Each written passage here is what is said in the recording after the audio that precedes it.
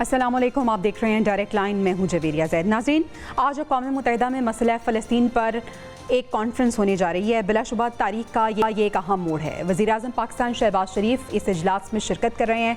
पाकिस्तान की मुस्तकिल ख़ारजा पॉलिसी और उसूली मौक़िफ़ की ये अक्कासी करता है। पाकिस्तान हमेशा कश्मीरियों और फ़लस्तीनियों के हक़ खुद इरादियत का अलंबरदार रहा है। उधर चीन ने फ़लस्तीन की अक़वाम मुत्तहिदा रुकनीत के लिए आलमी बरादरी से हिमायत की अपील की है और बरतानिया, कैनेडा, ऑस्ट्रेलिया और पुर्तगाल ने फ़लस्तीन को रियासत तस्लीम कर लिया है। सवाल यहाँ पे ये है कि ये महज नुमाइशी इक़दामात हैं जैसा कि अमरीका कहता है, या वाकई ये फैसले फ़लस्तीनी अवाम की जिद्दोजहद की जीत हैं जैसा कि हमास ऐलान करती है। अगर ये सिर्फ नुमाइशी हैं तो फिर यहाँ सवाल ये भी पैदा होता है कि असल ताकत किसके हाथ में है। दूसरी तरफ नेतन्याहू ये कह रहे हैं कि कोई फ़लस्तीनी रियासत नहीं बनेगी। अक़वाम मुत्तहिदा की साख के मुंह पर ये तमाशा नहीं तो और क्या है। अगर एक मुल्क खुलेआम आलमी फैसलों की तस्दील करे और आलमी बरादरी खामोश तमाशाई बनी रहे तो फिर ये इदारे किस मकसद के लिए वजूद में आए थे। ऐसे में पाकिस्तान का मौक़िफ़ और ज़्यादा वज़नी हो जाता है, जो बार बार कहता आया है कि इंसाफ के बगैर अमन मुमकिन नहीं है। पाकिस्तान ने यह भी वाज़ेह किया है कि गज़ा में गैर मशरूत जंगबंदी होनी चाहिए और आज़ाद फ़लस्तीनी रियासत के क़याम की कोशिशें जारी रहेंगी। सवाल यहाँ पे ये है कि जब मगरिब अपने सियासी और मौशी मफादात के तले दबा हुआ है तो क्या इस्लामी दुनिया यकजा होकर कोई बामानी कदम उठा सकेगी, और क्या ये मुसलसल जिद्दोजहद आलमी ज़मीर को झंझोड़ने के लिए काफ़ी है, या दुनिया के कान अब भी बंद रहेंगे। इन्हीं तमाम मौज़ूआत पर आज हम बात करेंगे। ये तमाम सवालात वो हैं जिनके जवाबात जानने की हम कोशिश करेंगे। आज पैनल में मेरे गेस्ट जो मेरे साथ मौजूद हैं, मैं उनका तारुफ आपसे करा देती हूँ। नासिर बेग चुगताई साहब, सीनियर तज्ज़ियाकार, इसके साथ साथ आमिर मसूद साहब, air marshal Aamir Masood defence analyst हैं, और IR एक्सपर्ट उस्मान शाहिद साहब, इन्होंने भी हमें ज्वाइन किया है। आप सब मेहमानों का मैं शुक्रिया अदा करना चाहूँगी। नासिर बेग साहब, आगाज़ आपसे करती हूँ। मसला फ़लस्तीन के 2 रियासती हल के लिए कॉन्फ्रेंस होने जा रही है। वज़ीर-ए-आज़म पाकिस्तान शहबाज शरीफ साहब भी इसमें मौजूद हैं। इसकी टाइमिंग को आप किस तरह से देख रहे हैं? कितनी अहमियत की हामिल है ये कॉन्फ्रेंस? क्या ये कॉन्फ्रेंस भी माजी की तरह जितनी पहले कॉन्फ्रेंसेस हुई, अहम फोरम इस्तेमाल हुए, अलामती साबित होगी, या इस बार अमली इक़दामात भी हमें नज़र आएंगे? बहुत शुक्रिया आपको, बड़ा इम्पोर्टेंट सवाल है। लेकिन बात यही है कि हम ये सवाल 1947 से करते चले आ रहे हैं। यही सवाल है, यही कॉन्फ्रेंस है, ओस्लो अकॉर्ड है, कैंप डेविड अकॉर्ड है, डिफरेंट रिकॉर्ड्स हम करते चले आए हैं। हमने इसराइल को तस्लीम भी किया है, बाज़ मुल्कों ने हाल में तस्लीम किया है, और सब कुछ होता रहा है। बहुत से ताल्लुक़ात बने, ख़राब हुए, जंगें हुई, अमन हुआ, लेकिन हम अभी तक उस जगह पे नहीं पहुंच पाए जहां हम यकीन के साथ ये कह सकें कि इसराइल अब घुटनों के बल बैठ रहा है और ये मुतालबा, कम से कम ये मुतालबा तस्लीम कर रहा है। लोग इसके ख़िलाफ़ भी हैं कि 2 रियासती हल पर अमल किया जाए। 2 रियासती हल किया है कि 1967 के जो सरहदें हैं वहाँ वापस जाया जाए और ऐसा स्टेट ऑफ फ़लस्तीन हो जिसका दारुल हुकूमत बैतुल मुक़द्दस हो। ये सिंपल सी कहानी है। लेकिन वो तो मगरबी किनारे को इनक्रोच कर रहा है। वो अभी तक 65,000 डेड बॉडीज़ दे चुका है। 4,50,000 लोग कल तक निकाल चुका है गजा से। तो वो तो ताराज खंडे पर तुला हुआ है, उसका प्लान कुछ और है। हम देखें मुक़द्दर क्या कहता है। मुझे तो लगता ही है कि पाकिस्तान और सऊदी अरब का जो एक मुआहदा हुआ है जी, वो गालिबन कोई खूबसूरत तो कोई अच्छी रोशनी की किरण नजर आए, कोई वार्निंग मिले उससे इसराइल को। अदरवाइज कोई अभी फ़िलहाल रास्ता नहीं है, क्योंकि मगरिब भी अभी इसराइल के साथ है तस्लीम करने के बावजूद। ठीक है। आमिर मसूद साहब, इसराइल ने तो इस तकरीब को तमाशा करार दिया। आपसे भी यही पूछना चाहूँगी कि ये जो कॉन्फ्रेंस होने जा रही है कितनी अहमियत की हामिल है? ये हमें कुछ रियलिटी में भी नज़र आएगा, अमली इक़दामात भी नज़र आएंगे, या सिर्फ बातें होंगी, तकरीरें होंगी, मजम्मत होगी, दैट्स इट? जी बहुत शुक्रिया आपका। बिस्मिल्लाहिर्रहमानिर्रहीम। देखिए जी, कुछ चीज़ें हैं जो कि हकीकतें हैं, रियलिटीज़ हैं, और रियल वर्ल्ड का जो है वो जो पलड़ा है हमेशा उसी का भारी रहा है जिसके पास ताकत ज़्यादा रही है, और ये ज़िंदगी की भी हकीकत है। और मेरा ख्याल में अगर आप कहें कि हम सेंटिमेंट्स के थ्रू अगर इन चीज़ों को अबूर कर सकते हैं या इन पे काबू पा सकते हैं, तो ऐसा नहीं है। कहते हैं कि जुल्म ज़ैफ़ी की सदा मर्ग मफाजात। तो इज़राइल को बहुत यकीन है और हमेशा से है, जब से उसकी कि अमेरिका उन्हें हमेशा सपोर्ट करेगा और यूरोप की सपोर्ट उसे क्रिश्चियनिटी की भी हमेशा हर लिहाज से रही है। आज जो इन ब्रिटेन ने और यूके ने और ऑस्ट्रेलिया ने और कनाडा ने उनको तस्लीम किया है, देखें जो ब्रिटेन है वो एक बर्डन है उसके ऊपर। वो फर्स्ट कंट्री थी जिसने इसकी बुनियाद रखी और बिलफोर्ड डिक्लेरेशन के थ्रू, और वो आज तक जो कुछ हो रहा है वहां पे, जितना वो एक्सपेंड कर चुके हैं, वो उस बुनियाद में शामिल नहीं थी। बट इजराइल ने अपने आप को ताकत की बिना पे और अमेरिका के और इन तमाम यूरोपियन ममालिक के इश्तराक से इतना बड़ा भी कर लिया, इतना ताकत भी कर लिया। हकीकत क्या है?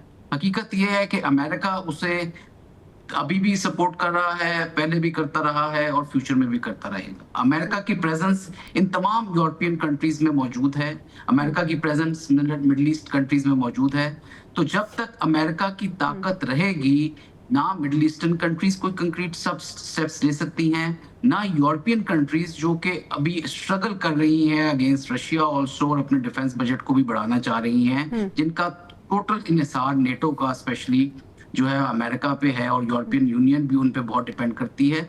सो कोई मुझे एक बड़ी ताकत नजर नहीं आती जो कि बड़ी सिंसेरिटी के साथ अमेरिका का मुकाबला कर सके और काउंटर कर सके इजराइल को, जो अपनी ताकत की बिना पे यहाँ तक पहुंचा और अब वेस्ट बैंक को भी करती। ठीक है, उस्मान शाहिद साहब को भी शामिल गुफ्तगू करते हैं। उस्मान साहब, फिर अगर जब तक अमेरिका की सपोर्ट इसराइल को हासिल है, तो दीगर ममालिक जिसमें हम बात करें, रिसेंटली अभी ऑस्ट्रेलिया ने एक्सेप्ट किया फ़लस्तीन को, फिर कनाडा ने एक्सेप्ट किया, पुर्तगाल ने एक्सेप्ट कर लिया, और क्या इसकी कोई अहमियत नहीं होगी? और जिस तरह से अमेरिका भी कह रहा है कि ये तो एक नुमाइशी इक़दाम है, तो क्या ये नुमाइशी इक़दाम है? इससे कोई फ़ायदा नहीं होगा जब तक इसराइल को सपोर्ट रहेगी अमेरिका की, उसको कोई डर नहीं है? जी, जो इजलास हो रहा है ये 12 सितंबर को जो न्यूयॉर्क का डिक्लेरेशन आया था, इसी अपना यूनाइटेड नेशन की जनरल असम्बली ने 142 अरकान ने वोट दिया था कि वो फ़लस्तीनी रियासत के वजूद को जो है तस्लीम करते हैं। और उसकी कंटिन्यूटी के तौर के ऊपर आपको देखें, क्योंकि यही इजलास, इसी मिलता जुलता इजलास 22 जुलाई को भी सऊदी अरेबिया और फ्रांस ने यहाँ पे बुलाया था। अब थोड़ी सी इसकी सिग्निफिकेंस देख लें। नो डाउट बड़ी प्रैक्टिकल बात की मेरे फेलो पैनलिस्ट ने, इसमें कोई शक नहीं कि मायूसी की तो सूरत हाल है कि क्या ये इजलास की जो आउटकम है इसराइल के मजालिम को रोक पाएगी। वो तो डेफिनेटली मेरा उसमें मेरा भी जो ख्याल है वो मिलता जुलता ही है। लेकिन अगर हम थोड़ा सा इस चीज़ को डिफरेंट तरह से देखें, तो जिन कंट्रीज़ ने तस्लीम किया उसमें परमानेंट 5 का एक कंट्री है, बरतानिया है। उसके अलावा हम देखते हैं इसके अंदर ऑस्ट्रेलिया और कनाडा भी हैं, जो कि कनाडा G7 कंट्री का क्लब का मेंबर है। तो उसके अलावा जो अगले 4 कंट्री तस्लीम करने जा रहे हैं, जिनकी खबरें आ रही हैं, क्योंकि 150 का जो अदद है वो पूरा होने जा रहा है यहाँ के ऊपर है, क्योंकि उसमें दूसरा कंट्री फ्रांस है जो कि P5 का मेंबर है, वो शामिल हो जाएगा। और लग्जमबर्ग और बेल्जियम की बात हो रही है। ब्रसल्स है बेल्जियम का हेडक्वार्टर, जहाँ पे नेटो का आप कह लें कि हेडक्वार्टर है। दूसरा वहाँ के ऊपर जो यूरोपीय यूनियन के बड़े इदारे हैं, बड़ी एजेंसीज हैं, उनका हेडक्वार्टर भी वहाँ के ऊपर है। तो मेरे ख्याल में ऐसा नहीं है कि इसकी सिग्निफिकेंस नहीं है, लेकिन नो डाउट अरब के और मगरिब के ज़मीर को ज़िंदा करने के लिए 70,000 के करीब जो है फ़लस्तीनियों को कुर्बानी देना पड़ी है। यहाँ पे आपको देख रहे हैं कि एक ट्रैजेक्टरी बन रही है। 1/4 दुनिया इस बात पे मुत्तफिक है कि फ़लस्तीनी रियासत जो है उसका वजूद जो है वो नागुज़ीर है और वो पूरे करती है तकाज़े, एक रियासती एतबार से है। इसमें कोई शक नहीं, हम डिबेट लेके जा सकते हैं कि क्या वो सॉवरन है, क्या उनकी अपनी इंटेग्रिटी है, क्या वहाँ के ऊपर एक अपना जो भी पॉपुलेशन है सर्टन है वो वहाँ पे कॉन्टिग्यूटी के अंदर रह रही है, वो एक सेपरेट डिबेट है। लेकिन 3/4 यूनाइटेड नेशन के तस्लीम करते हैं कि फ़लस्तीन एक आज़ाद रियासत है। इन इकदामात के नतीजे में फॉर्मल टाइज एटलीस्ट बन सकती हैं। रमल्ला के अंदर लिस्बन अपनी बना सकता है, एम्बेसी है, लंदन बना सकता है, कैमरा बना सकता है, ओटावा बना सकता है। इसी तरीके से जो फ़लस्तीनी अथॉरिटी है वो इन मुल्कों के अंदर अपने प्रॉपर जो है डिप्लोमेटिक चैनल्स जो है खोल सकती है। नो डाउट लिमिटेड डेलीगेशंस उनके बैठे हुए यहाँ पे है, लेकिन वहाँ के ऊपर सफारत खाने खुले जा सकते हैं और यही मैसेज को एम्पलीफाई किया जा सकता है। मेरे ख्याल में उनका पेशेंस भी बड़ा थिन हो चुका हुआ है। जिस तरह डोनाल्ड ट्रंप ने डिच किया है यूरोप यूरोप को, उसी तरीके से उन्होंने अरब को किया है, और it has always been like that. उन्होंने हमें भी ऐसे किया था 71 में, जब हम सेंटो सीटो का पार्ट थे 1950s में, इनके साथ म्यूचुअल डिफेंस पैक्ट साइन करके, और 71 के अंदर हम भी इनकी राह तकते रहे हैं। तो मेरे ख्याल में एक जो फॉरेन पॉलिसी अमेरिका की है उसका मैं डिक्लाइन देख रहा हूँ है, और जो मगरिब है उसके अंदर भी हम देखते हैं 4 कंट्री ने शुरू में तस्लीम किया, स्लोवेनिया, स्पेन, नॉर्वे और आयरलैंड ने। तो यूरोप के अंदर भी एक सेंस परवेल कर रही है कि अगर अमेरिका जो कि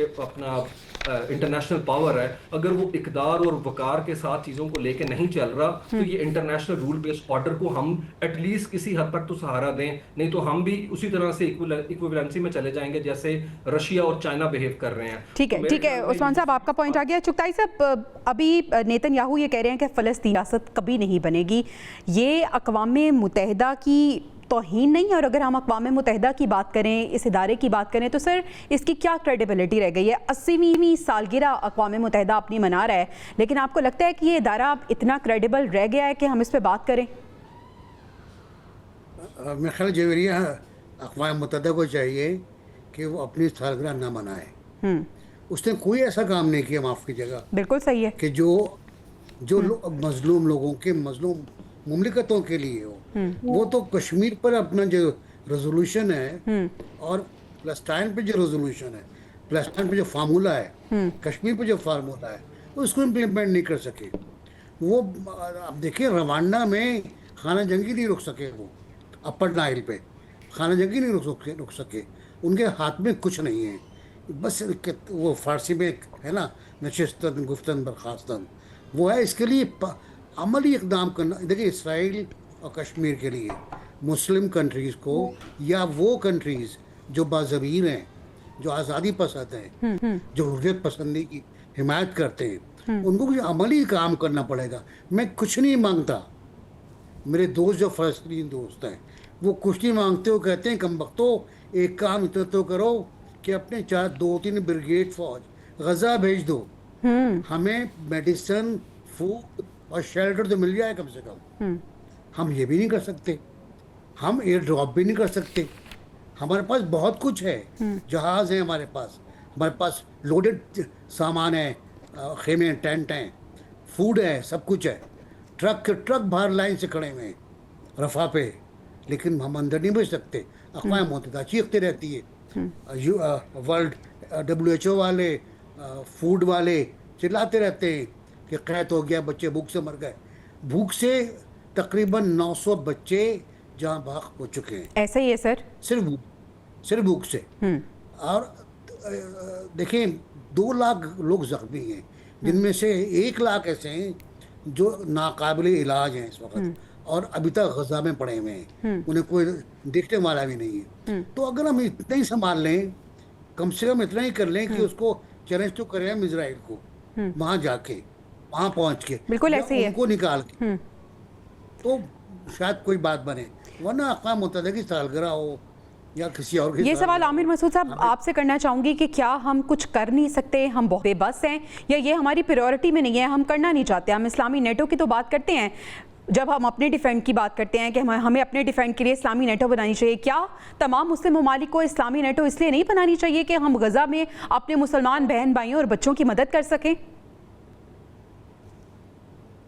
लेकिन जी, बिल्कुल सही बात की इन्होंने भी कि जो गज़ा है वो हमारा टेस्ट केस है मुस्लिम्स का। हम चाहे इजराइल को किसी तरह से भी उसके अगेंस्ट बोलना चाहें या रेजोल्यूशंस पास करें, जो भी कर लें, जो टेस्ट केस है वो गज़ा है। गज़ा में जिस तरह 70-75,000 अगर लोग मर गए हैं, उसमें 25,000-30,000 बच्चे हैं, मासूम बच्चे, और बेदरेग मारा गया है। और ये वो लोग हैं जिनकी शनाख्त हो चुकी है। बहुत सारे लोग ऐसे हैं, मतलब जो एक फिगर है वो 1.5 से 2 लाख कहता है कि लोग जो है वो मर चुके हैं गज़ा में। तो अब आप, ये एक टेस्ट केस है मुस्लिम कंट्री, आप मतलब नेटो की बात करते हैं। देखें जी, प्रैक्टिकल सोच थोड़ी रखनी चाहिए। मैं कभी भी इस कॉन्स्पिरेसी थ्योरी पे बिलीव नहीं करता, या कोई ऐसी क्रिएट करें आप सिचुएशन के जिसमें कोई रेड हेयरिंग हो वगैरह। But the fact is this कि नेटो किधर से बनाएंगे वो? उनका सारा एयर डिफेंस सिस्टम जो सेंटकॉम से कंट्रोल होता है वो अमेरिका कंट्रोल करता सही। है। उनके तमाम जहाज जो हैं वो अमेरिकन ओरिजिन के हैं। उनका तमाम असला जो है वो अमेरिका का है। उनकी सॉवरेन गारंटी जो देता है वो अमेरिका देता है। उनकी जो एक सर्विस प्रोवाइडर है मेन, वो अमेरिका है इन कंसोर्शियम विद इजराइल, और उसकी जो आर्म्स इंडस्ट्री और मिलिट्री इंडस्ट्रियल कॉम्प्लेक्स जो अमेरिका का है, और 35-40 बेसेस उनकी मौजूद हैं। वो हिल नहीं सकते। और नेटो की बात तो मतलब बहुत दूर की। देखें जी, कहने को बहुत चीजें हैं जो आप बात कर सकते हैं कि मुसलमान इकट्ठे हो जाए। देखिए, ये तो एक है ना, अल्लामा इकबाल ने बहुत अरसा पहले कहा था, एक ही सबका नबी, दीन भी, ईमान भी एक, बिल्कुल हमें ऐसे ही पाक है। भी, अल्लाह भी, कुरान भी।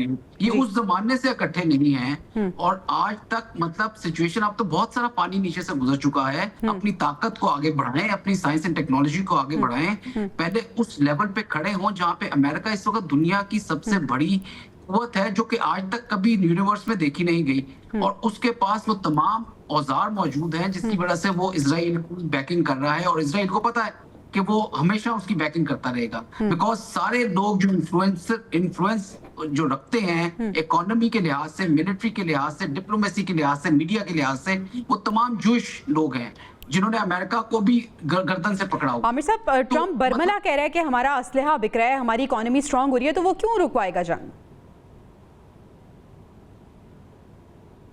जी, आप मुझसे पूछ रहे हैं? जी जी जी जी, देखिए, जाहिर बात, देखिए इकोनॉमी, उनका सबसे बड़ी जो प्रॉफिट जनरेशन जहां से होती है वो उनका मिलिट्री इंडस्ट्रियल कॉम्प्लेक्स है, उनका मीडिया है ये, और उनकी जो मतलब जो ये फाइनेंशियल इंस्टीट्यूशंस हैं, दे आर वेरी स्ट्रांग, और वो सब डोमिनेट करते हैं ज्यूस।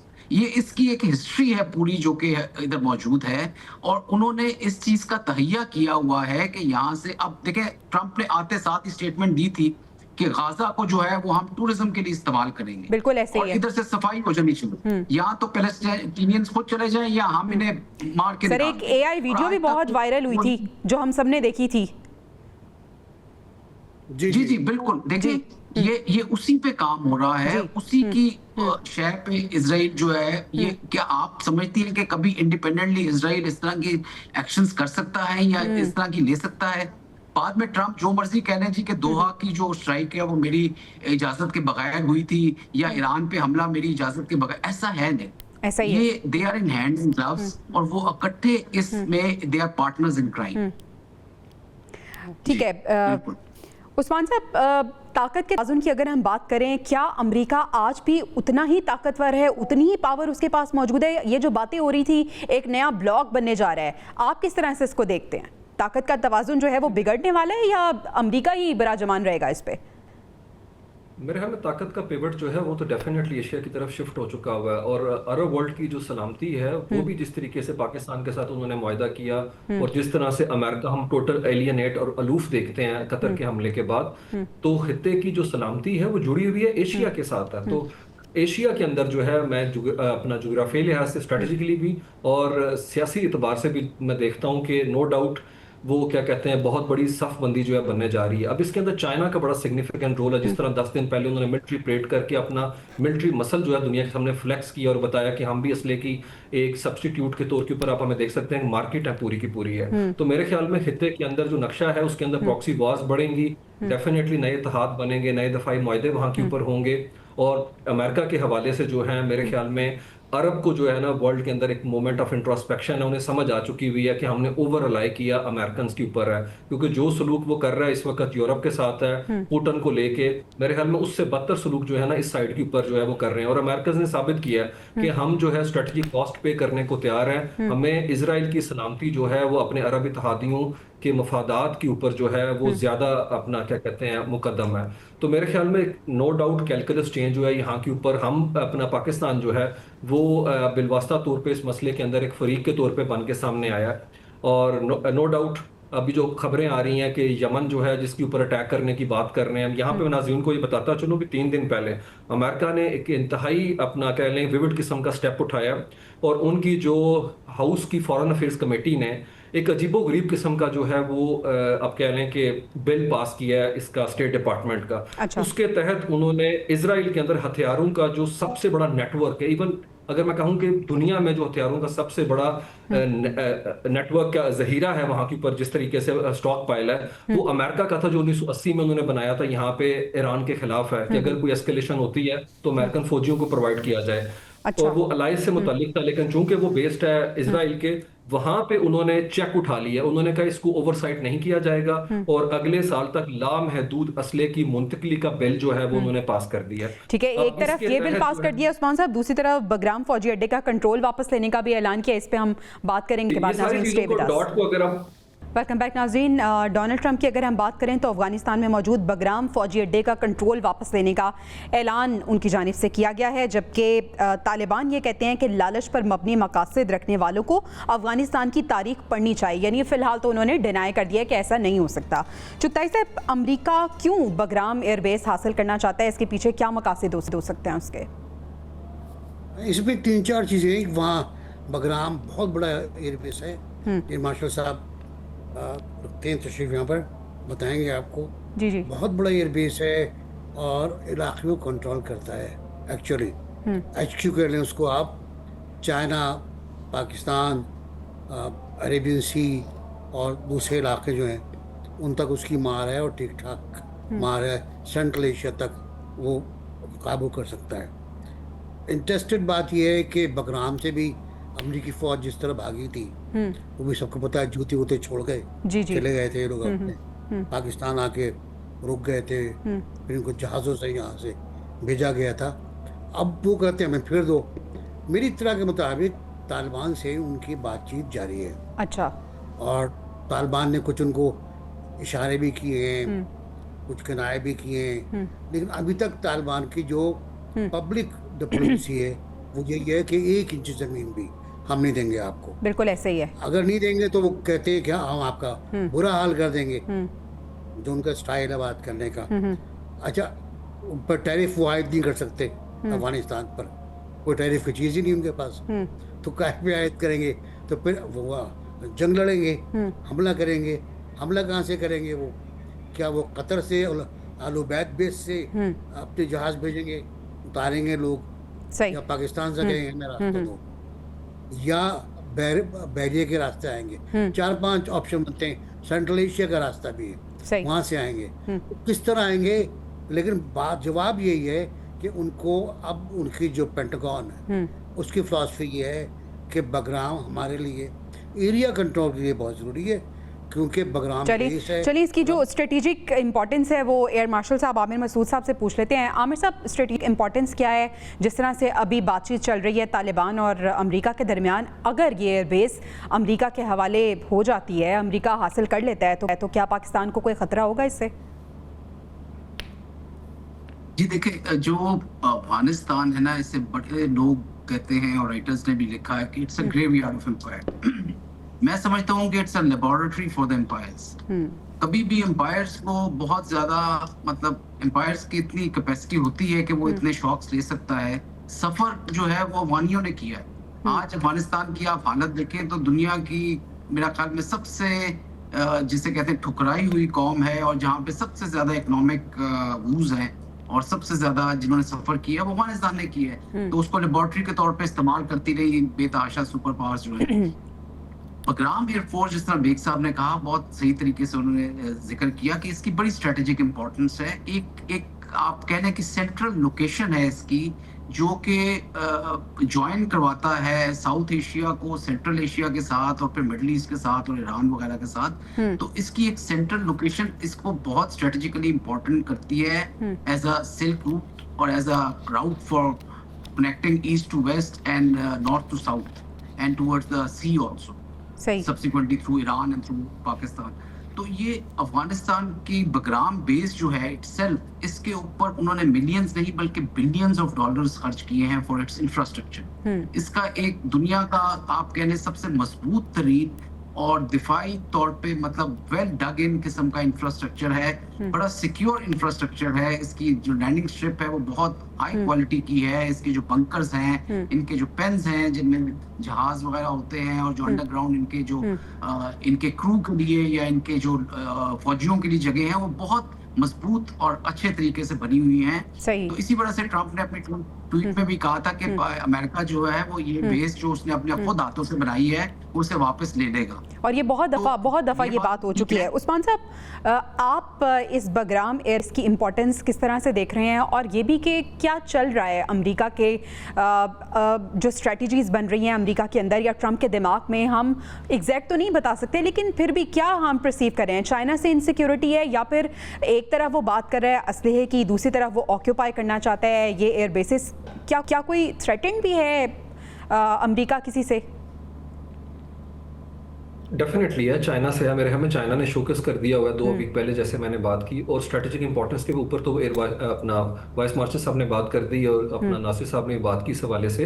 लेकिन मेरे ख्याल में जिस तरह डोनाल्ड ट्रंप तो इस चीज़ को बाकायदा तौर के ऊपर एक्सप्लिसिटली बताते हैं कि वो 1 घंटे की मुसाफत के ऊपर है जहाँ के ऊपर वो अपने न्यूक्लियर बैलिस्टिक मिसाइल बनाता है चाइना। तो जहाँ पे कनेक्टिविटी के बड़े प्रोजेक्ट्स हैं और वो नहीं चाहता यहाँ से जो BRI प्रोजेक्ट है उसको अंदर इनकॉर्पोरेट किया जाए अफगानिस्तान को।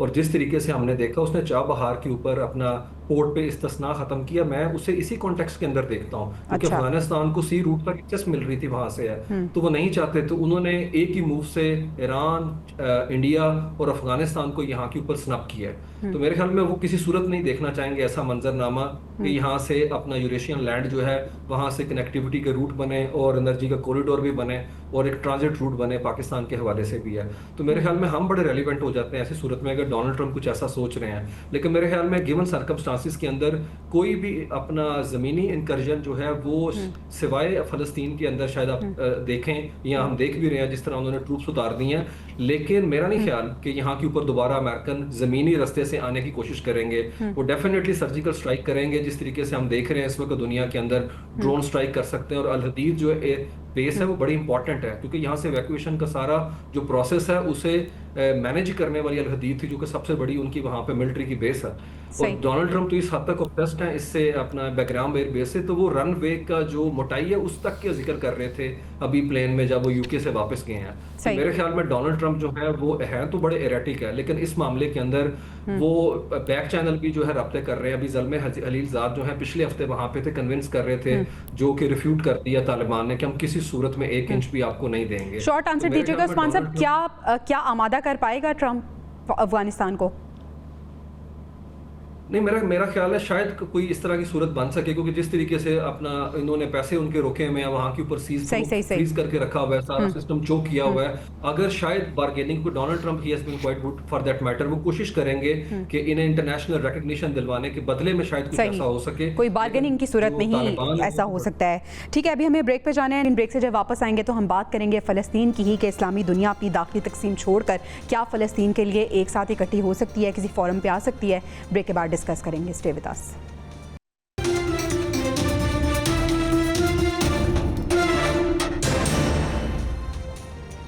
वेलकम बैक नाज़रीन। वैसे तो तारीख गवाह है कि इंसाफ के तराजू में जो मज़लूम या ताकतवर है उसके पैमाने हमेशा अलग अलग रहे हैं, लेकिन जब हम बात करें अपने फ़लस्तीनी भाइयों की, बहनों की, हमारे बच्चों की जिन पे इतना जुल्म हो रहा है, तो यहाँ पे अब सवाल ये है कि जो इस्लामी दुनिया है क्या वो अपनी अपनी तकसीम छोड़कर इकट्ठी हो सकती है, फ़लस्तीन के लिए कुछ कर सकती है या नहीं कर सकती? चुगताई साहब, एक तरफ हम देख रहे हैं कि इसराइली बर्बरियत जारी है और हर गुजरते दिन के साथ साथ इसराइली बर्बरियत में इजाफा हो रहा है। दूसरी तरफ हम इंडिया को भी देख रहे हैं कि इंडिया भी जुल्म कर रहा है कश्मीर पर। आज वज़ीर आज़म साहब जब बात करेंगे तो उनके खिताब में ये दोनों मौज़ूआत शामिल हैं, कश्मीर की भी वो बात करेंगे, फ़लस्तीन की भी बात करेंगे। सर, सिर्फ बात करने से ये काफ़ी हो जाएगा कि हमने अपनी जिम्मेदारी पूरी कर दी है, या अब वक्त आ गया है कि मुस्लिम दुनिया को इकट्ठे होकर मिलकर बात करनी है जुल्म के खिलाफ? प्राइम मिनिस्टर की कल की तकरीर बहुत अच्छी थी लंदन में, पॉलिसी स्टेटमेंट था पूरा का पूरा। और अब जब वो खिताब करेंगे अक़वाम मुत्तहिदा में, वो भी बहुत शानदार होगा, मौजज़बाती होगा, अशार से मुरस्सा होगा, सजा हुआ होगा। फिर जब मुलाकात होगी ट्रंप साहब से तमाम अरब और मुस्लिम ममालिक के सरबराहों के साथ, आप देखें ना, तमाम ममालिक के सरबराह ट्रंप साहब से मुलाकात करेंगे जी, और उनसे अर्ज़ करेंगे गालिबन कि देखें ये बहुत हो गया, अब इसराइल के साथ थोड़ा सा उसको कहें हाथ खींच ले, शायद यही कहेंगे मेरा ख्याल है। लेकिन जो आपका बुनियादी सवाल है, क्या इस्लामी दुनिया इकट्ठी हो सकती है।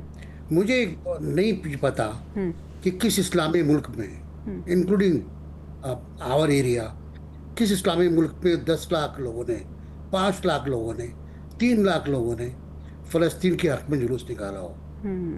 किस अरब मुल्क में, मुझे ऑप्टिक्स की बात कर आप सही कह रहे हैं। किस अरब मुल्क में 50,000 लोगों ने, 25,000 लोगों ने, 10,000 लोगों ने जुलूस निकाला हो, या 15-20 ने मुजाहरे किया हो? कहीं नहीं हुआ ना, कहीं नहीं हुआ। तो जब ऐसा नहीं हुआ, दोहा पर इसराइल ने तमाम तर गारंटीज के बावजूद अटैक किया। कहा गया है कि अरब जॉइंट डिफेंस मैकेनिज्म हम स्टार्ट कर रहे हैं और डिफेंस मिनिस्टर्स का इजलास होगा, अब वो तय करेगा जवाब कैसे दिया जाए। कुछ पता नहीं क्या तय हुआ, वो जॉइंट डिफेंस मैकेनिज्म क्या हुआ। तो मुझे समझ में नहीं आता कि किस तरह हम मसले को हल करेंगे। मैं और आप बात कर सकते हैं ना, हम अपनी भड़ास निकाल सकते हैं, हाँ, लेकिन हमने अपना कंट्रीब्यूशन किया था जब हमारे पायलट्स सीरिया लड़ने के लिए गए थे इजराइल से और उन लोगों को गिराया था। हमारा कंट्रीब्यूशन बहुत है, उनका अपना कंट्रीब्यूशन कितना है प्रैक्टिकली क्या होगा। मुझे नहीं लगता कि अभी वो वक्त आया है कि जब होश में आएंगे, नींद से बेदार होंगे, जागेंगे।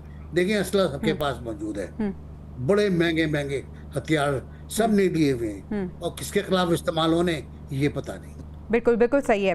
एयर मार्शल साहब, हमने देखा कि मार्का हक की कामयाबी के बाद फिर हमने जो दिफाई मुआहदा किया सऊदी अरब के साथ, उसके बाद एक प्रेशर तो क्रिएट हुआ है, लेकिन सर सवाल यही है, कौन होगा वो मर्द मोमिन, कौन होगा वो बहादुर मुल्क जो स्टैंड लेगा और उसके साथ दूसरे ममालिक मिलेंगे और इसराइल को मुंह तोड़ जवाब देगा? हमारी मुस्लिम ममालिक की तकरीबन जो पॉपुलेशन है वो क्लोज टू 2 बिलियन है, और इसराइल जो है इस वक्त जो उसकी पॉपुलेशन है वो अराउंड 8 मिलियन 9 मिलियन के करीब मैक्सिमम।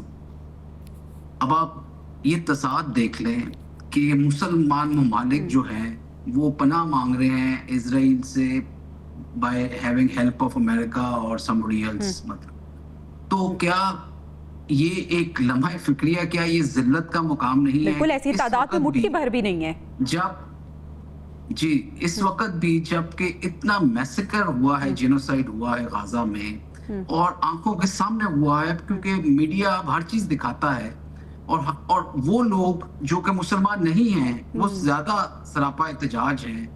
आज फ्लोटेला जो पहुंच रहा है उधर या करीब पहुंचा है, वो पता नहीं उसे पहुंचने देते भी हैं कि नहीं, और उस पर तरह तरह के हमले भी कर रहे हैं ड्रोन्स के।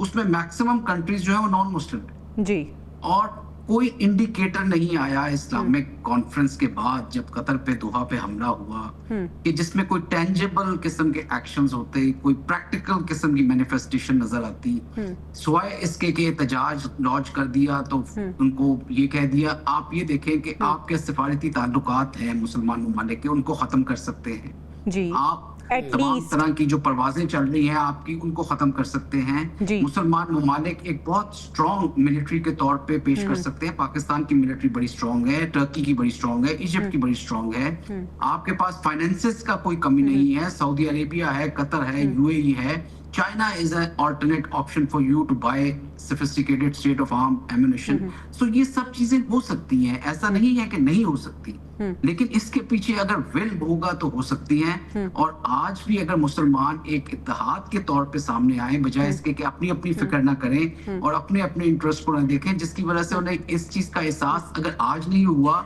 आमिर साहब सॉरी मैं आपको इंटरप्ट कर रही हूँ, अपने अपने इंटरेस्ट की बात करते हैं, लेकिन इसराइल दोहा पे अटैक कर सकता है तो वो किसी भी दूसरे मुल्क पे अटैक कर सकता है। हमारी लिफाजी इनडायरेक्टली उन्हें ये ताकत दे रही है कि आप किसी भी इस मुस्लिम मुल्क पे हमला कर सकते हैं, दूसरे सिर्फ बातें करेंगे, मजम्मत करेंगे और चुप कर जाएंगे। जी मुझसे सवाल करेंगे? जी बिल्कुल जी यही बात जी उस्मान साहब से। जी असल में आप सोए को जगा सकते हैं, आप जागे को जगा नहीं सकते। मुस्लिम दुनिया ये पैटर्न देख रही है 2001 से लेके, ना अफगानियों का कोई कसूर था, ना वो 9/11 के किसी ऑपरेशन का पार्ट थे, ना एक इराकी शामिल था उसके अंदर है। तो हमने देखा कि क्या हशर हुआ इराक का, WMD का फॉल्स नैरेटिव जब उन्होंने लगा के वहाँ पे तकरीबन 12 लाख लोगों को शहीद कर दिया, अफगानिस्तान सामने आपके, लिबिया सामने आपके, सीरिया सामने आप, अभी यमन में 28 अगस्त को उनके वजीर आजम को अपना उन्होंने मार दिया एयर स्ट्राइक के अंदर। मैं इंटरनेशनल प्रेस के अंदर खबर देखी, लेकिन मुस्लिम दुनिया के अंदर दे वर एट स्लीप, किसी जगह पे प्रोटेस्ट नहीं हो रहा। क्या यमन में लोग नहीं मर रहे? क्या 16 जर्नलिस्ट वहां के ऊपर शहीद हुए हैं? कहाँ प्रोटेस्ट हो रहा है? जिस तरह नासिर साहब ने बात की, तो मेरे ख्याल में एक मोमेंट ऑफ इंट्रोस्पेक्शन है, लेकिन हमेशा क्राइसिस में एक अपॉर्चुनिटी भी मिलती है, एक अपॉर्चुन मोमेंट है। तो अब तो हीट जो है आग उनके घरों तक आ चुकी हुई है। तो मेरे ख्याल में ये सिलेक्टिव, मेरा सवाल ये था कि ये अपॉर्चुनिटी अवेल कौन करेगा? क्या हमारी प्रायोरिटी नहीं है? अब तो मजबूरी में करेंगे। ये जितनी भागदौड़ आप अरब दुनिया के अंदर देख रहे हैं, फलस्तीनियों के लिए नहीं देख रहे। वो तो 60,000 2 साल से उनके लिए तो यूरोपियंस निकले हैं। वो अपना 1 मिलियन प्रोटेस्ट कर रहे हैं वहां के ऊपर, गवर्नमेंट जो मर्जी कर रही है, लेकिन मुस्लिम दुनिया की जो अवाम है उसको भी मुझे लगता है कि अपना क्या कहते हैं इस मोमेंट ऑफ ट्रुथ का सामना करना चाहिए कि वो हम लोग कितने पैसिव हो चुके हैं, कितने केयरलेस हो चुके हुए हैं। शेयर्ड आइडेंटिटी का तस्वर तो मुसलमानों का था। ये 1950 के बाद सारे यूरोपियन बन गए जिन्होंने फर्स्ट सेकंड वर्ल्ड वॉर लड़ी है। 1648 में इन्होंने नेशन स्टेट का सिस्टम देके हमें तो कर दिया अपना कि ये अफगानिस्तान है, पाकिस्तान है, लेकिन मुस्लिम दुनिया को खुद अपना सबक दोबारा पढ़ने की अशद जरूरत है यहाँ के ऊपर है। और जिस तरह से अरब हैं उनको सोचना चाहिए कि अरबों का खून ज्यादा मुकद्दस नहीं है, अजमियों का भी उतना ही है। तो मेरे ख्याल में ये OIC की जो कॉन्फ्रेंस संजीदगी की जो बात की जा रही है, ये पहले हो जाने चाहिए थे। OIC से ज्यादा तो इन्हें अरब लीग अपना अजीज है, इन्हें GCC कंट्री की बात कर रहे हैं कि वो फ्रेमवर्क जो खलीज का है, इन्हें समझना चाहिए दुश्मन एक है। इन्हें ईरान को अपने साथ बिठाना चाहिए जिसकी कैपेसिटी है और जिसने बताया कि वो डीप हिट कर सकता है वहां पे जाके है, बजाय कि ये अब वेस्टेड इंटरेस्ट के अंदर डिले क्यों है? अगर ये कर लेना चाहिए तो डिले कहां पे? इनके कैपेसिटी इश्यूज है, इनके पास है ही नहीं है। इन शेखडम्स ने काम ही नहीं किया अपनी मिलिट्री के ऊपर है। जो मिलिट्री थी एक सदाम हुसैन की, उसको डिबाकल, उसको टॉपल करा दिया अपना नेतन्याहू ने अमेरिकन के साथ मिलके, इन्हीं अरब इत्तेहादियों के साथ। ये बड़े बड़े टावर बनाने में लगे हुए हैं और ये चाह रहे हैं 2030 का एजेंडा जो है जिसमें इकोनॉमी को हाइड्रोकार्बन से शिफ्ट कर लेंगे। ये किस दुनिया में रह रहे हैं? तो मेरे ख्याल में इंटेलेक्चुअल पॉवर्टी भी है मुस्लिम लीडरशिप के एंड के ऊपर। वजह ये है बिल्कुल ऐसे, और इसके साथ साथ जो प्रायोरिटी है और एक जो विल पावर है वो भी होना बहुत ज्यादा जरूरी। नासिर बेग चुगताई साहब, एयर मार्शल आमिर मसूद साहब और उस्मान शाह साहब हमारे साथ मौजूद थे। बहुत शुक्रिया आप तीनों मेहमानों का। नाज़रीन इजाजत दीजिए, इंशाल्लाह आपसे कल मुलाकात होगी। अल्लाह ने के पास।